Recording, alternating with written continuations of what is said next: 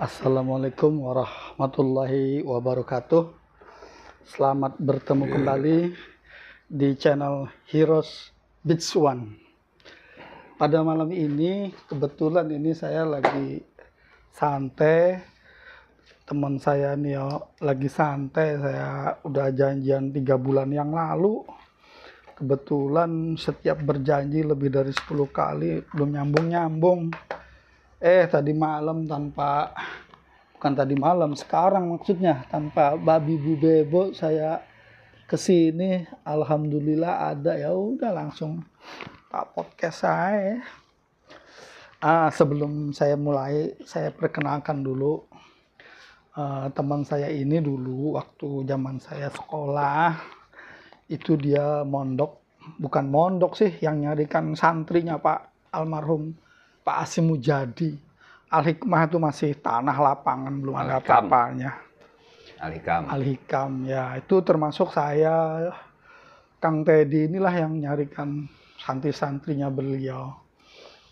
Cuman ya perjalanan waktu kita baru udah pensiun santai, baru kita ingat lagi masa lalu. Itu sekelumit siapa Kang Teddy. Cuman setahu saya saksi hidup, dan dia juga jadi saksi hidupnya saya.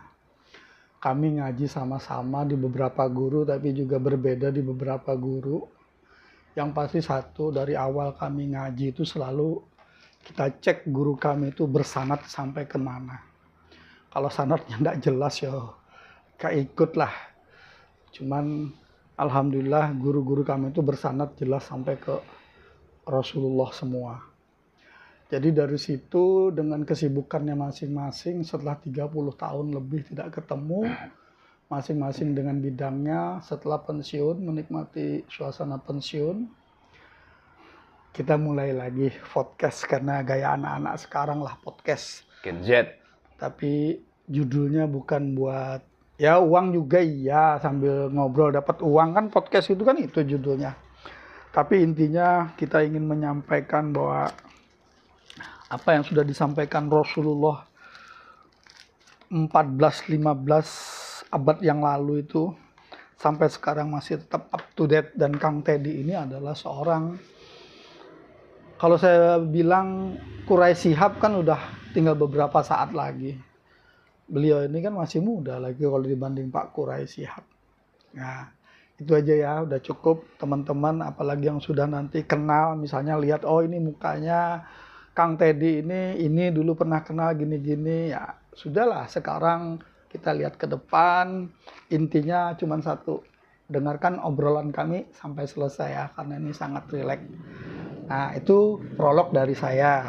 Sekarang prolognya dari Kang Teddy sebelum kami mulai podcast. Silakan Kang Teddy. Terima kasih. Kebetulan dulu kita ini memang sama-sama latar belakangnya adalah dari teknik. Kebetulan jurusan kami dulu satu jurusan dari Fakultas Teknik Industri di ITN Malang ya, Mas Sony. Kebetulan di ITN Malang kita sama-sama hidup dalam lingkup lembaga dakwah kampus ya. Lembaga dakwah kampus, karena dulu di ITN itu memang kebetulan komunitasnya sangat heterogen. Tidak seperti pada kampus-kampus umumnya. Kebetulan di naungan Institut Teknologi Nasional Malang itu sangat heterogen. Beragam agama yang ada di sana. Ada yang Katolik, ada yang Hindu, ada yang Islam. Pokoknya semua agama yang disahkan di Indonesia, terutama 5 agama itu ada semua di ITN itu. Dan diwadahi dalam satu komunitas adalah di lembaga dakwah kampus itu sendiri. Dari situ maka kami kebetulan dulu satu naungan dalam lembaga dakwah kampus itu. Dan kebetulan saya karena bukan orang asli Malang, akhirnya kos. Setelah kos, akhirnya kita ketemu dengan pesantren mahasiswa Al-Hikam miliknya Abah Hasyim Muzadi, yang kebetulan beliau adalah pengganti Bapak Gus Dur.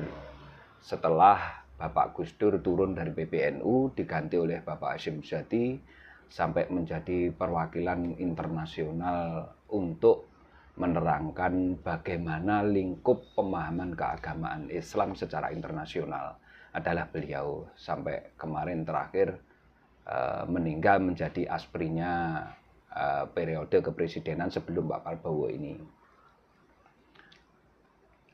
Saya kira seperti itu. Kalau memang ada obrolan yang sekiranya harus kita obrolkan santai, dikupas dengan cara yang lebih segar, pendekatan dan pemahaman dengan cara yang lebih universal, karena sesuai dengan apa yang telah difirmankan oleh Allah, bahwa sesungguhnya agama Islam itu adalah rahmatan lil alamin. Berarti sesungguhnya rahmatan untuk seluruh alam, tidak sekedar lingkup siapapun, karena alam ini dihuni oleh makrokosmos yang di dalamnya sangat heterogen, tidak homogen, dan itu pun mencakup segala macam makhluk yang ada di alam semesta ini.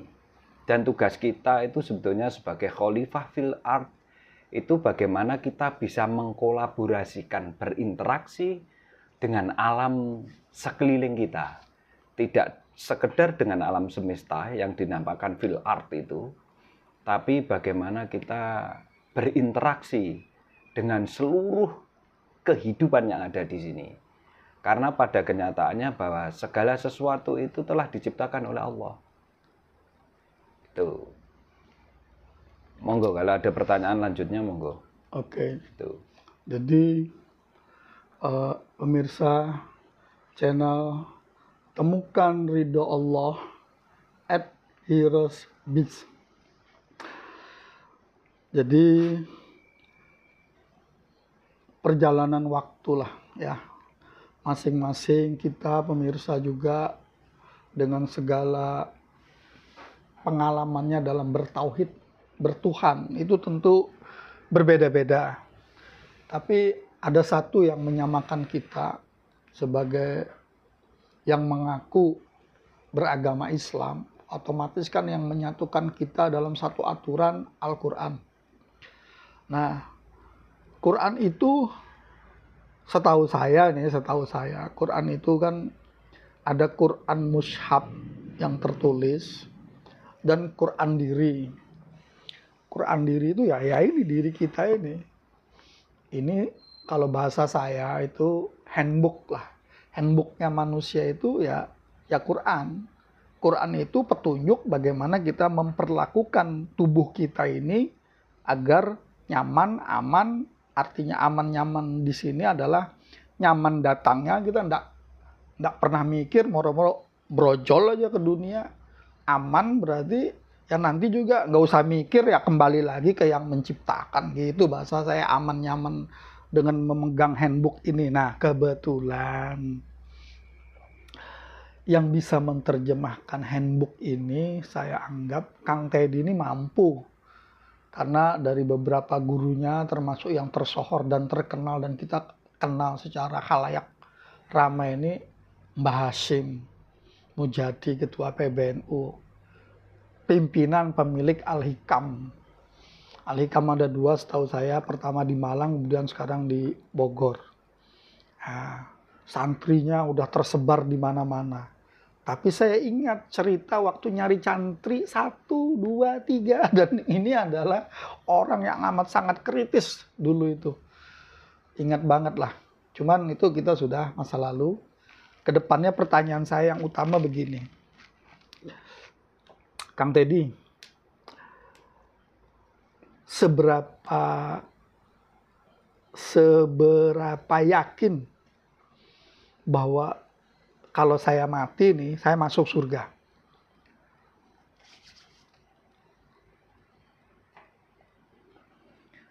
Kalau untuk berkaitan dengan surga, kita harus mengawali pembicaraan ini dengan itu tadi. Awalnya handbook kita, blueprint kita itu memang sebetulnya ya Al-Quran. Makanya Al-Quran yang dikatakan mushaf itu adalah yang telah kita baca bersama, 30 juz, ada 114 surat, terdiri dari 6.600 23 sekian lah ya, 23 ayat. 6.636 ayat. Nanti kalau di letterlekan bisa 6.666 lah, sekian gitu. Cuma pada umumnya dasar itulah yang dipakai untuk mengkolaborasikan. Karena mengapa? Di sini ada penciptaan Allah itu langit dan bumi. Dengan adanya langit dan bumi ini berarti untuk membuat jarak. Karena awalnya langit dan bumi ini oleh Allah dalam Al-Quran itu sesungguhnya awalnya langit dan bumi ini bersatu padu. Kemudian dipisahkan oleh Allah sehingga ada sebutan langit, ada sebutan bumi. Langit disebut sama, bumi disebut ardo. Artinya apa? Dengan adanya keterpisahan ini, maka akan ada di situ dimensi-dimensi yang mengakibatkan ketemulah jarak. Akhirnya nanti kita bisa menghitung mulai dari detik, dari menit, dari jam, dari hari, dari pekan, dari bulan, dari tahun. Nah, itu pun akan dipengaruhi oleh perputaran dari matahari dan bulan. Makanya ada sebutan waja'ala wasyamsi wal qamara idza talaha. Karena pada umumnya orang kalau hitungan secara matahari adalah samsiah, itu adalah hitungan secara umum kita pakai dengan penanggalan. Seperti penanggalan yang telah kita pakai selama ini dengan hitungan penanggalan samsiah itu sebetulnya ya ada hari Sabtu, Senin, Selasa, Rabu, Kamis, Jumat, Sabtu, Ahad itu. Sehingga di situ muncullah hitungan hari itu. Tapi pada umumnya orang Islam juga mengenal selain ada hitungan secara samsiah, juga ada hitungan secara komariah. Makanya ada 4047 Hijriah sekarang. Lah Hijriah itu yang dipakai dasar dan landasan adalah perhitungan bulan. Padahal pada umumnya kita hidup di sini itu menggunakan perhitungan samsiah. Tapi kalau menentukan hari raya, menentukan bulan Ramadan, kenyataannya kita masih selalu pakai hitungan yang Hijriah. Dari situlah akar kita bagaimana mengerti nanti orang ini kembalinya kemana setelah hidup di sini ini. Karena ada kehidupan, ada yang menghidupi, dia ngerti tentang hidupnya itu sendiri, tapi kemana hidup itu gitu loh. Makanya nanti berkaitan dengan innalillahi wa inna ilaihi roji'un. Kesana arahnya. Tapi kalau orang tidak memahami keseluruhan ini dengan memahami dasar-dasar hidup yang makrokosmos ini, maka dia tidak akan bisa memposisikan diri. Sesungguhnya saya ini hidup untuk apa? Dia tidak akan tahu. Makanya mengapa matahari dengan bulan ini dipisahkan, dengan bumi ini dipisahkan, sehingga di situ menimbulkan ada matahari, menimbulkan ada bulan. Ini sesungguhnya bagaimana biar orang karena terlimitasi punya tugas di sini menjadi khalifah fil ard, dikunci dengan hukum-hukum Allah, itu nanti berkaitan dengan Rob. Allah disebut Rob. Dari sebutan awalnya Allah, awalnya Laha, menjadi Allah, nanti menjadi Rob, tapi di situ juga dikunci dengan Malik. Karena mengapa? Itu tadi dikunci dengan hukum-hukum Allah yang telah ditetapkan sejak awal mula dijadikannya bumi dan langit ini. Sebetulnya di situ. Kalau tidak kita memahami itu, maka kita akan salah kaprah memandang segala sesuatu. Makanya disitulah nanti terus ada aturan. Karena mengapa? Ada aturan itu untuk membatasi seseorang biar tidak melampaui batas dari aturan itu. Karena sifat alamiahnya manusia itu diawali dengan bahasa naluriah. Dia punya sifat alam sebetulnya, naluri. Nah, nanti akan menjadi nurani. Dari kata-kata awal, akar katanya sama. Sama-sama nar dengan nur. Nur ini sudah terbimbing oleh risalahnya Allah itu. Dengan Al-Quran itu. Kalau naluri, murni, itu masih ego yang berperan di situ. Karena unsur dasar kita adalah manusia itu terbuat dari unsur tanah. Makanya mengapa kita harus beragama di sini. Karena agama untuk mengatur itu nanti. Biar kita ngerti. Dengan aturan itu akhirnya muncullah ada larangan dan ada perintah. Dilarang karena sering kita lakukan, diperintah karena tidak pernah kita lakukan. Makanya di situ ada larangan dan perintah. Sebetulnya di situ. Makanya nanti sebetulnya apa yang kita omongkan ini masih sangat belum spesifik. Masih sangat luas penerjemahannya. Karena belum menuju dalam satu spesifik bahwa kita sebetulnya harus ngerti larangannya apa saja, perintahnya apa saja. Contoh bukti yang telah kita hadapi dalam kehidupan yang tidak bisa kita sangkal adalah kita terhadap anak kita aja lah. Anak kita itu kalau sekolah, maka akan kita perintah belajar biar kamu nanti bisa menguasai ilmu yang telah kamu pelajari. Karena mengapa kita merintah belajar, anak kita tidak belajar. Tapi kalau sudah belajar, ini contoh kasus. Apakah akan kamu perintah untuk belajar? Kan tidak. Tapi sedemikian juga akan kamu larang. Ojo dolanai tole. Sekolah, wak musik masa-masa belajar. Ini contoh, salah satu contoh dalam kehidupan. Mengapa kamu larang jangan main saja? Karena dia main terus. Makanya di situ ada larangan. Lah agama itu sesungguhnya aturan itu. Untuk mengikat. Biar naluri kita tidak selalu untuk melakukan hal-hal yang berkaitan dengan ego kita. Karena nanti manusia itu hidup dalam tataran. Ada yang namanya psikologi. Kejiwaan. Unsur hidupnya adalah roh. Pengendalinya adalah jiwanya itu. Tapi instrumen pengendalinya adalah berkaitan dengan indrawinya. Makanya punya panca indera. Fungsinya untuk apa? Itu untuk mengkolaborasikan menghadapi hidup yang dia ngerti dalam kehidupan itu. Karena kalau dia tidak tahu itu, maka dia akan salah menggunakan kacamatanya atau salah menggunakan sendalnya.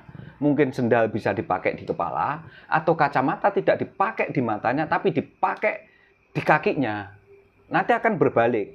Selama orang itu memahami segala sesuatu itu berbalik, maka interpretasinya juga akan salah. Prediksinya akan salah, maka tidak akan menemukan dan bisa memahami apa yang dia hadapi itu sendiri. Dia tidak akan mengenal dirinya sendiri kalau tidak kenal dengan apa yang telah lingkungan hadapi itu. Karena nanti dia tidak bisa beradaptasi. Hewan yang bisa hidup sampai sekarang, mulai zaman prasejarah sampai sekarang, adalah yang bisa beradaptasi terhadap lingkungan yang telah dia tempati itu. Yang tidak bisa, maka dia dengan sendirinya akan gugur. Sedemikian juga kita sebetulnya, tidak jauh beda. Bahkan kita dibekali lebih, karena kita punya akal. Itu, makanya alladzi ja'ala lakum sam'a wal absara wal afidah qalilan ma tashkurun. Kita selain dihembuskan ruhnya Allah, kita juga dibekali lagi, ditambah di situ dengan apa? Sam'a, pendengaran. Wa absara, penglihatan. Kemakrifatan berarti di situ. Absar itu penglihatan yang lebih ke jiwa. Jadi kayak saya ulang tadi, ada instrumen dengar telinga, tapi dia punya daya dengar di dalamnya itu. Karena nanti ada super ego, ada ego. Itu nanti yang berkaitan dengan naluri, ke nur, nanti semua informasi yang ada di lingkungan sekitar diserap oleh superegonya untuk menganalisa dan mengobservasi di dalam dirinya itu, sehingga nanti timbul fahamnya, baru nanti dia akan mengerti dan bisa memaknai seluruh kehidupan itu. Oke, jadi paparan yang sangat luas, tapi juga bisa menjadi sangat sempit. Luas dalam arti dari hal yang makrokosmos, kemudian sempit kita tarik ke hal yang mikrokosmos, pendengaran yang tadinya menyatu antara langit dan bumi, kemudian terpisah dan dipisahkan, sehingga seolah-olah langit itu jauh dan bumi itu sangat jauh dari langit. Kalau kita lihat dari langit, kalau kita dari bumi melihat langit, ya tak berbatas. Pakai ilmu syariat. Kalau saya pakai yang singkat-singkat aja. Kalau saya pakai ma'rifat, langit dan bumi dekat aja. Itu langit, ini bumi. Setiap yang di atas itu langit, setiap yang di bawah itu bumi. Itu pakai ilmu hakikat. Begitu juga antara jarak atas dan bawah itu, kalau pakai ilmu tarekat itu juga menjadi dekat. Di mana? Di langit, dekat. Di mana? Di bumi, berarti di dalam tanah itu. Ya dalam kuburan itu. Ya itu kalau pakai loop kacamata yang beraneka ragam dengan perjalanan waktu. Tapi kembali ke pertanyaan saya, dengan adanya Al-Quran tadi, handbook agar manusia mengikuti aturan yang dibuat oleh Allah, maka menekan kepada pertanyaan, apakah saya masuk surga? Karena pertanyaan ini juga ditanyakan oleh orang yang namanya manusia. Saya ini punya salah banyak, tapi saya sudah sholat taubat 2 rakaat, selesai. Maka saya merasa saya masuk surga. Cukup dengan 2 rakaat sholat taubat. Kenapa? Keyakinan saya bahwa rahmat Allah, ampunan Allah lebih besar, lebih luas daripada dosa-dosa saya. Jadi ketika kita sudah meminta ampun, fitrilah jiwa saya. Disitulah Allah mengampuni dan kita tidak mengulang lagi. Allah berjanji, selama kamu melihat saya, menganggap saya lebih akbar dan sangat akbar dari segala sesuatu, selesai. Itu menurut saya. Bagaimana menurut Kang Teddy dengan pandangan yang paham dan mengerti Al-Quran? Apakah itu bisa diterima semudah itu masuk surga atau bagaimana? Kan begitu. Monggo. Sebetulnya begini, kalau ngomong tentang surga dan neraka ini, penjabarannya sebetulnya tidak sesingkat ini. Karena segala sesuatu itu sesungguhnya proses dalam hidup. Sadar, tidak sadar, mau tidak mau, bahwa kita semua adalah berproses. Melalui proses itulah kita nanti akan diuji oleh Allah. Saya ibaratkan begini, ini sebelum ke sana ya. Nanti tolong saya diingatkan kalau seandainya saya lupa. Karena kadangkala ini mengalir, sebetulnya ini mengalir. Jadi gini, seperti yang saya sebutkan tadi, seandainya langit dan bumi ini awalnya satu padu, tidak dipisah oleh Allah, maka tidak akan ada kehidupan. Karena tidak akan menimbulkan dimensi lain dari ketidakterpisahan itu. Makanya setelah dipisah ini akan menimbulkan dimensi lain yang menuntut sehingga di situ ada kehidupan dan penghidupan. Itulah nanti berupa pertanggungjawaban di situ itu loh. Dan semua ini selama ada jarak, berarti ada proses. Makanya ada proses tumbuh, ada proses pendewasaan seseorang. Makanya contohnya gini ya, dalam sebuah kehidupan yang telah kita lalui mau tidak mau, dengan realitas yang ada, bahwa anak dari playgroup ini kalau mengawali playgroup-nya, berarti dia menyelesaikan masa balitanya itu. Masa balita berakhir, dia menginjak mengawali masa Remaja. playgroup-nya itu. Anak-anak. Playgroup ini nanti berakhir, dia mengawali masa TK-nya. TK berakhir, dia mengawali masa SD-nya. Itu akan berlangsung terus sesuai proses dia. Memaknai hidupnya itu sendiri gitu loh. Jadi kalau kita ngomong surga dan neraka, masih jauh. Jangan ke sana dulu. Saya akan menjawab itu nanti biar ini berproses dulu. Karena dengan proses ini nanti kamu semakin paham tentang Al-Quran, ada kolaborasi dengan alam semesta, kamu akan tahu, menemukan, oh ternyata ini tuh. Gitu loh. Karena tidak bisa serta-merta, wah aku jelas sangat dengan kepedean kita bahwa saya akan masuk surga. Tidak bisa ini. Nyun sewu ya. Ini tidak bisa. Karena semua berproses. Seperti janin itu juga akan berproses. Setelah kita melakukan ritual untuk menemukan kehidupan baru, akan berproses di rahim itu akan ada penyempurnaan, akan penyempurnaan. Karena awalnya kita an'am sebetulnya. Makanya nanti di surat Al-Anfal ya, kalau tidak salah. Al-Anfal atau berapa? Surat Al-Anfal 22, 23. Al-Anfal 22, 23, 24 itu coba. Itu kan semua proses sebetulnya. Proses kolaborasi. Di situ didasari dengan ayat yang jelas oleh Allah. Dan itu bukan omongan saya gitu loh. Makanya saya kalau sudah ngomong itu sangat hati-hati. Karena begitu saya jawab akan ada penafsiran yang berbias. Banyak yang akan menerjemahkan nanti. Karena penerjemahan itu tidak asli, bukan aslinya justru gitu loh. Makanya saya takut berproses dulu. Makanya maaf, ini sebetulnya episode. Nanti bisa kita akhiri di mana nanti berkelanjutan. Ini part 1, part 2, part 3. Ya seperti juz itu. Surat Al-Quran, surat pertama sampai surat yang ke-114. Juga begitu, juz 1 nanti sampai juz ke-30. Akan ada proses itu, tidak semudah saya harus menjawab. Dengan artinya dengan pemikiran saya, dengan pengawuran saya malah ditertawakan orang. Artinya memang kita harus mengalir lah, gitu loh. Kalau begitu, makanya saya sangat dasar sekali jawaban saya. Kalau kayak gitu kita mulai dengan surat pertama Al-Quran, surat Al-Fatihah. Surat Al-Fatihah itu bukan surat pertama. Al-Fatihah karena tidak masuk dalam surat sebetulnya. Dia umul kitab. Iya. Surat yang pertama sesungguhnya adalah Iqra bismi rabbikal ladzi khalaq itu. Terus dari proses turunnya. Iya, ya. Penerimaan awalnya seperti itu. Makanya si Ahmad, saya belum ngomong Muhammad ya. Ini proses si Ahmad. Kok gelem topo? Padahal neng Arab tidak mungkin wong topo, Bos.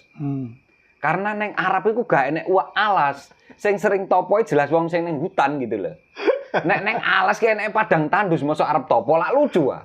Makanya Muhammad iki golek ono aslinya jejaknya orang mana. Kok seneng topo? Jangan-jangan ku wong Jawa sarane. Gitu loh aslinya. Oke. Itu. Jadi sebenarnya ini kan hanya mengawali saja. Artinya pastilah nanti akan dibikin episode selanjutnya. Cuman orang itu kan dalam bayangannya, anak kecil aja lah. Mesti dikenalkan dengan surga dan neraka. Setiap mau melangkah ditakut-takuti, awas loh nanti masuk neraka. Kamu nanti tidak masuk surga. Itu sejak anak TK, sejak balita tuh orang-orang kita ini, terutama di wilayah Indonesia, itu selalu sejak kecil tuh ditakut-takuti dengan surga neraka. Padahal anak kecil tuh surga yang nggak tahu, neraka yang nggak tahu. Tapi betul, pendidikan awal itu di mana-mana. Awas loh nanti masuk neraka kamu. Berbohong masuk neraka, ini masuk neraka, ini masuk neraka. Jadi yang menahan segala sesuatu tuh selalu diiming-imingi, dihantui, ditakut-takuti oleh kamu masuk neraka. Ya, artinya selalu ada ribet kalau dia benar. Kalau dia salah ada punishment. Saya tidak berbicara di sini dengan umum pendidikan. Ya. Tapi ini adalah yang saya lihat, saya dengar, saya juga ketika lagi kecil. Orang-orang tua kita, waktu kita lagi kecil tuh tingkat pendidikannya apa sih waktu zaman itu? Selalu ditakut-takutin apa-apa. Awas loh, masuk neraka kamu. Itu omongan itu sampai saya SD, SMP, itu masih dihantui dengan kalimat-kalimat kamu masuk neraka. Ya, memang Kalau kita Iya kan? ngomong benar, kalau ngomong itu memang benar. Artinya begini, makanya beragama itu kan berproses, sebetulnya itu. Jadi sebetulnya apakah kita beragama harus seperti itu, gitu loh. Makanya mengapa sekarang kita harus beragama itu harus menggunakan kecerdasan. Makanya kita beda dengan Al-An'am, dengan hewan. Sama-sama bernafas, sama-sama tumbuh, sama-sama hidup. Tapi dia tidak sadar dengan hidupnya itu sendiri. Kalau kita enggak. Makanya beragama kita jangan seperti dulu. Istilahnya back to the grave, berarti kita kembali ke kuburan. Jangan. Tapi bagaimana kita menggunakan daya logika kita, kecerdasan kita untuk mengobservasi di dalam diri kita, sehingga tumbuh kefahaman itu muncullah namanya aturan yang di dalam dirimu, sumbernya dari situ. Al-Quran itu sesungguhnya itu, sederhana sebetulnya. Cuma orang kesulitan menerjemahkan itu, karena apa? Didogma, didoktrin, karena warisan dari orang tua. Nah, makanya mengapa dicontohkan Ibrahim sendiri bermusuhan, maaf nyun sewu, tidak bermusuhan lah. Dia mengadu argumentasi dengan si ayahnya sendiri. Makanya kenabian itu sekedar cerita, apa di situ ada ibroh, pembelajaran yang harus kita menggunakan kecerdasan kita, menggunakan logika kita, sehingga nanti sesuai dengan realitas yang ada. Karena sesungguhnya Allah itu realitas itu. Dan kita tidak bisa menghindari realitas yang kita hadapi dalam hidup ini, gitu loh. Oke, jadi ini pemirsa channel Temukan Ridho Allah at Hirosbis. Ini saya akan membuat pertemuan ini berseri-seri. Artinya berseri-seri, seperti tadi disampaikan oleh Kang Teddy. Saya ingin membuat nanti, anggap aja lah kalau ada 114 surat Al-Quran itu, minimal nanti akan ada 114 episode maunya. Tapi wong satu surat itu aja bisa ada 4-5 cerita. Wah, berarti bisa saja nanti ribuan episode gitu loh. Oh, pasti itu. Nah, cuman di sini penekanannya adalah seperti saya bilang, channel saya ini kan lebih mengarah kepada temukan ridho Allah di channel ini. Jadi saya akan memakai beberapa narasumber yang saya kenal langsung, yang saya kenal di YouTube, yang saya kenal lewat teman-teman. Itu akan saya bikin podcast, tapi tidak seperti saya podcast dengan Kang Teddy. Karena ada hubungan pertemanan yang sudah terjalin lama, dan saya juga tahu kemampuannya. Kalau dia itu hanya mengambil satu referensi, yaitu Al-Quran. Bukan berarti saya tidak ngomong hadis loh ya di sini. Karena masing-masing orang kan berbeda tuh cara pandang. Nah, kalau di sini, di podcast saya dengan Kang Teddy, murni kami mengambil referensinya dari Al-Quran dalam arti tafsir, terjemahan yang ditafsirkan dengan bahasa Indonesia dan bahasa kita sehari-hari, tapi tetap acuannya adalah Al-Quran tadi sendiri. Contoh begini, sederhananya. Al-Quran itu kan diturunkan bahasa Arab. Tapi jadi bahasa Indonesia.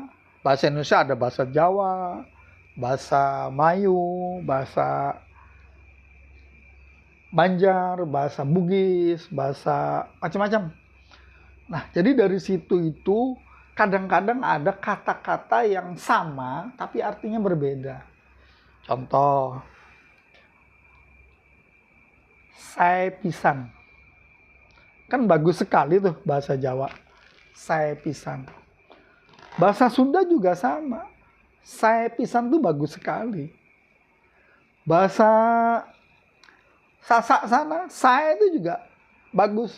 Tapi pisannya yang sekali. Jadi bagusnya cuma sekali. Jadi selebihnya nggak bagus. Nah, itu contoh perbedaan. Contoh bahasa Banjarnya, misalnya saya pisan. Saya itu artinya pengulangan. pisan itu berulang-ulang. Jadi pengulangan yang berulang-ulang, bukan baik sekali. Nah itu contoh. Saya belum nanti bahasa Bugisnya apa. Jadi kalimat kata itu kadang-kadang itu yang membuat bentrok.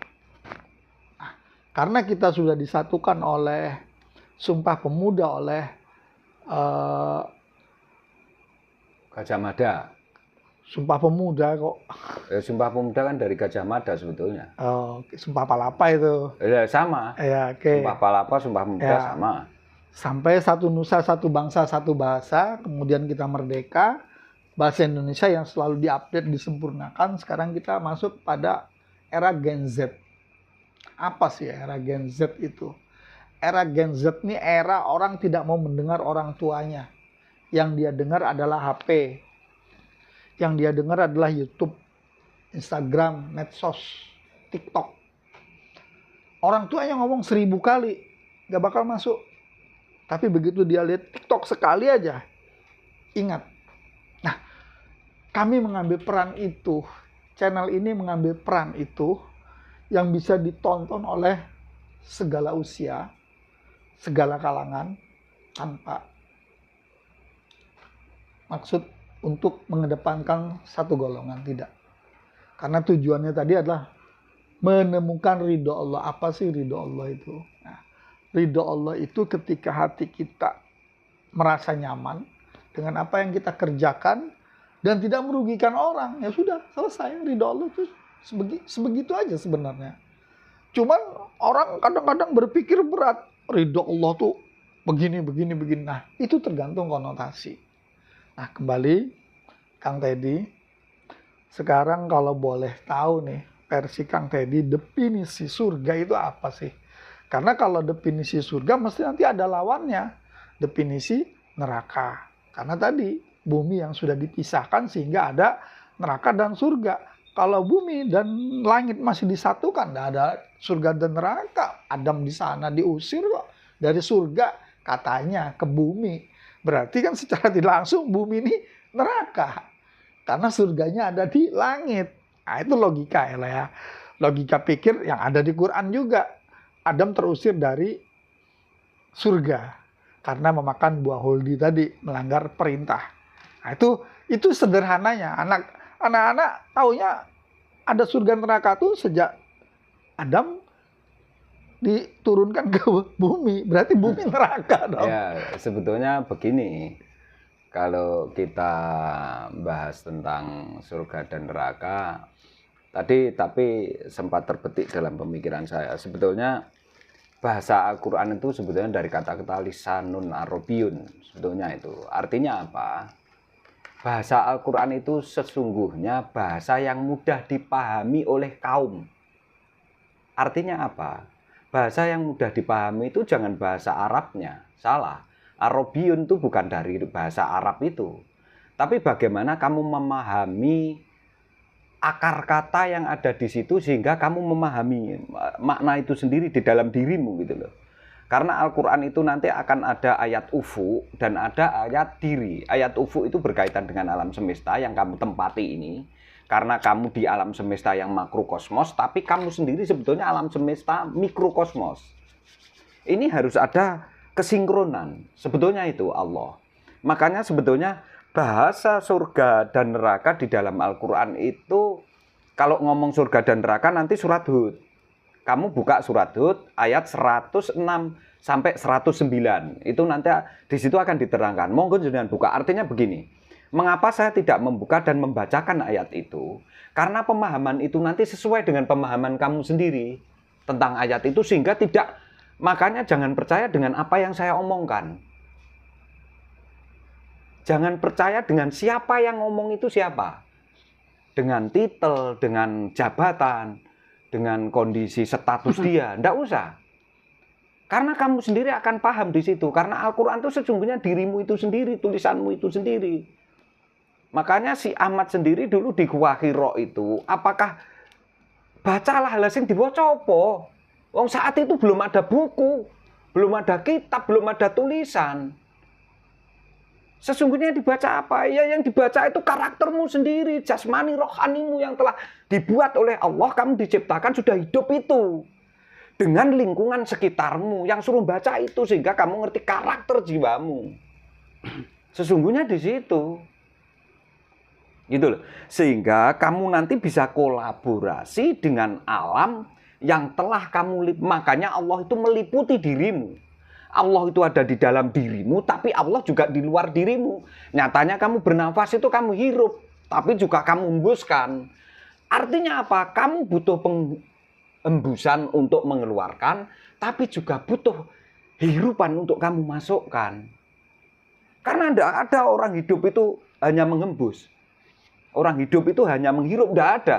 Tapi menghembus dan menghirup, itu baru hidup. Contohnya nih, menghirup. Kan kamu butuh sesuatu energi dari alam semesta. Setelah masuk ke dalam dirimu, kamu keluarkan lagi ke alam semesta. Dimanfaatkan oleh yang lainnya lagi. Itulah kamu kolaborasi. Makanya di situ nanti akan habitat ekosistem. Ada rantai makanan. Di situ. Makanya ilmu pengetahuan saintifik itu sangat ada hubungan korelasi yang sangat erat di dalam kehidupan ini. Itu sesungguhnya. Jadi jangan ngomong surga neraka dulu. Basicnya ini kita kuati dulu. Kalau kamu nanti sudah paham di situ, karena begini. Kalau kita sudah kembali ke surat Hud itu tadi, ayat 106 sampai 109, bahwa sesungguhnya surga itu seluas bumi dan langit. Berarti kan tidak ada nerakanya. Nggak ada. Kalau neraka itu seluas bumi dan langit, berarti kan tidak ada surganya. Nggak ada. Nah. Karena memang neraka dan surga itu aslinya nggak ada kalau orang berhakikat dan bermakrifat. Kalau saya ngomong gini, sebetulnya hakikat makrifat syariat itu tidak ada bagi pemahaman di dalam Memang Quran. nggak ada. Karena sesungguhnya pemahaman itu harus complicated. Makanya universal, makanya rahmatan lil alamin. Kalau nanti masih kamu pecah, maka tidak akan menemukan sesuatu yang kafah. Fisil mikafah, kamu nggak dapat al-furqonnya. Makanya syahrul Ramadan alladzi unzila fil Qur'ana huda linnasi wa bayyinati minal huda wal furqon. Kamu akan mendapatkan furqon kalau sudah tahu bayinah, mendapatkan bayinah, kamu kalau sudah mengerti tentang huda. Makanya mengapa itu nanti kaitannya dengan Ratu Bilqis, kaitannya dengan Sulaiman, karena sesuatu yang spektakuler. Ratu Bilqis ini ego. Akan bisa dikendalikan oleh Sulaiman, Ratu Bilqis ini. Itu sebetulnya kolaborasi dan itu jiwamu. Ada di dalam dirimu. Saya tanya, superego kan ada di dalam dirimu. Ego juga ada di dalam dirimu. Nah itu, makanya di situ berkaitan dengan burung hudhud. Dia harus hadir di situ. Karena hudhud dari kata huda. Hudhud itu artinya sebetulnya intelijen. Intelijennya si superhero, si super ego, untuk mengendalikan egonya sendiri. Makanya hudhud ini punya pasukan. Pasukan itu sesungguhnya apa? Segala informasi yang ada di alam semesta ini kamu masukkan ke dalam dirimu sehingga kamu menjadi sebuah sumber Ilmu pengetahuan. Bukan sumber ilmu pengetahuan, karena alam semesta ini kecerdasan ilmu pengetahuan yang tanpa batas. Jadi hudhud itu sebetulnya dari kata-kata huda ya, petunjuk yang ada di lingkungan sekelilingmu dengan hidupmu ini. Wah, kalau ini kita bedah luar biasa sebetulnya agama itu. Al-Quran itu luar biasa, tidak selama ini yang kita lihat itu seperti kata dalam tempurung, tidak. Al-Quran itu akan membuka wacanamu, meluaskan khasanah fikirmu, dan zikirmu akan ketemu. Tidak bisa sekedar yang kita lihat saat ini. Ini akan mengalir gitu. Artinya mungkin dicukupkan segini dulu ya. Nanti dievaluasi, ada part-part berikutnya, karena kalau ngomong surga neraka nanti lebih spesifik dia. Setelah ada proses itu. Nah, coba ini sampai tutup dulu, nanti biar ada kesinambungan. Season berikut. Ya, season berikutnya. Oke, pemirsa, ini kita break dulu. Radical break. Jadi kita break di sini. Kita akan masuk ke fokus yang berikutnya yang lebih fokus. Tunggu ya pemirsa.